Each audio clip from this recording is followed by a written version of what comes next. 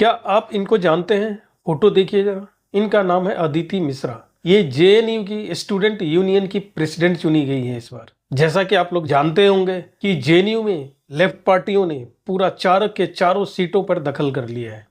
अब समझिए कि ये वामपंथी वहां के स्टूडेंट के दिमाग पे कैसे कब्जा करते हैं, कैसे अपनी विचारधारा को इसके अंदर डालते हैं। अगर आपको पूछा जाए कि आप इजराइल को सपोर्ट करते हैं या फिलिस्तीन को, तो अपने देश के जितने भी लिब्रांडू हैं, जितने भी जिहादी हैं, इन एक सेकंड नहीं लगाएंगे, वो बोलेंगे कि फिलिस्तीन को सपोर्ट करते हैं। इससे आप समझ सकते हैं कि इनकी मेंटेलिटी क्या होती है। अभी अदिति मिश्रा को सुनिए, ये विनिंग स्पीच दे रही है, उसमें क्या कह रही है। फिलिस्तीन को याद करती हूँ, फिलिस्तीन जो हम सभी की लड़ाई, आपकी मेरी हम सभी की लड़ाई अकेले लड़ रहा है। साम्राज्यवाद उपनिवेशवाद के खिलाफ वो लोग अकेले हैं और हम सबके हाथ उनके खून से रंगे हुए हैं। सुन लिया आपने, इसको अपने देश की नहीं फिलिस्तीन की चिंता है।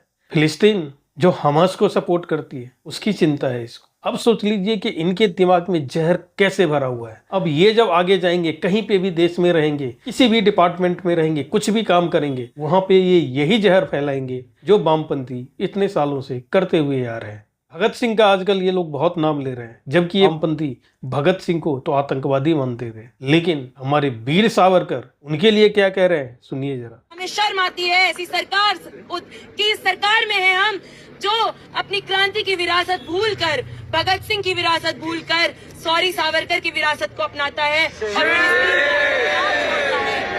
सुन लिया आपने।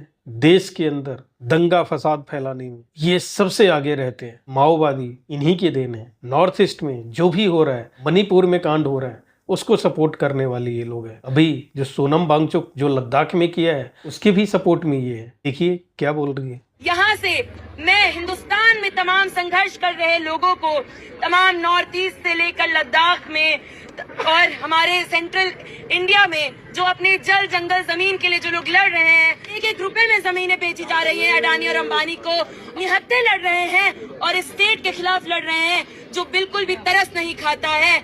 अब आपको क्या लगता है कि इस तरह के जो स्टूडेंट यूनियन हैं, जब यहाँ से निकलेंगे, पूरे देश में फैलेंगे, तो क्या प्रचार करेंगे? क्या ये देश हित में प्रचार करेंगे? कभी देश हित की बात करेंगे? ये हमेशा वैसी ही बात करेंगे तो देश के हित में कभी नहीं होगा दोस्तों। और ऐसे समय में मुझे तो जनरल बिपिन रावत की बात याद आती है कि हम लोग 2 नहीं 2.5 फ्रंट पे लड़ रहे हैं। ऐसे जो देश के अंदर ऑर्गेनाइजेशन हैं, आधे फ्रंट में यही लोग आते हैं और इनसे हमें देश के अंदर जो देशभक्त लोग हैं उन्हें लड़ने की जरूरत है, क्योंकि बाकी 2 फ्रंट पे तो हमारी सेना लड़ ही रही है दोस्तों।